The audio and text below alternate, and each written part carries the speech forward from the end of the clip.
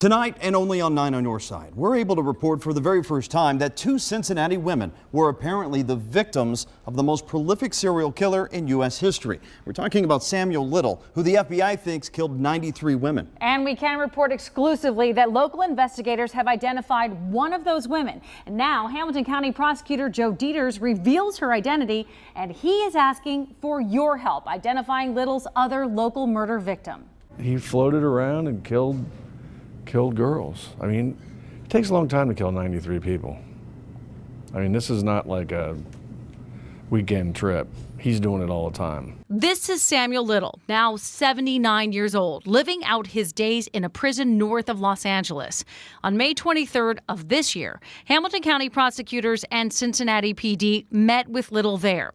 He told them when he looked like this in the 1970s and 80s, he lived in a halfway house in northern Kentucky and killed 2 women in Cincinnati. He agreed that he would confess to the murders he has committed as long as we don't seek the death penalty, which I would never do, except we didn't have a death penalty.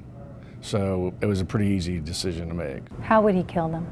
He always strangled the girls, always. Little draws pictures of his victims. He makes notes about them. This one, he writes, tall girl, highway by sign, Cincinnati in 1984 or 74. The FBI released this sketch along with dozens of others last year. Now Deters says her name is Anna Stewart. Investigators found her 33-year-old body in 1981 near a condo complex 100 miles north of Cincinnati. Now the mystery of how she died is solved.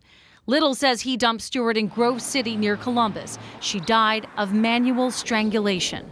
But Deters says they have no idea the identity of another local victim that Little admitted just this spring to killing nearly 40 years ago.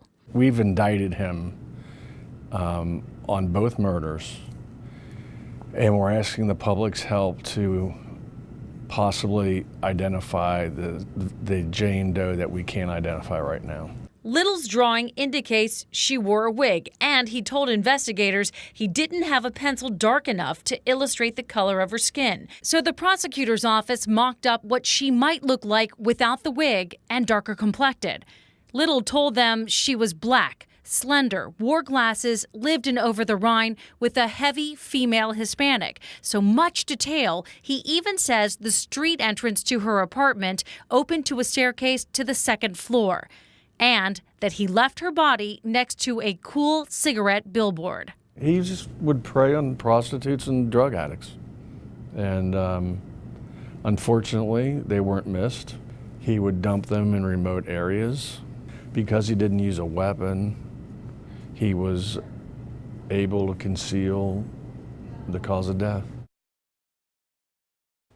Deters tells me they will go back to Los Angeles probably in early August, where Little will plead guilty to both murders via Skype, the first time that he knows of that's been done in Hamilton County. So as for Jane Doe, the unknown victim, we have all the details about her and who to contact if you might know who she is. It's all on WCPO.com.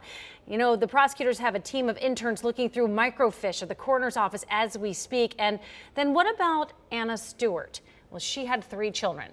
Police have informed them of Little's confession, and we were told that this news has been extremely difficult for them to learn. Well, you know, there are some questions obviously swirling around this. I think viewers probably still have questions too.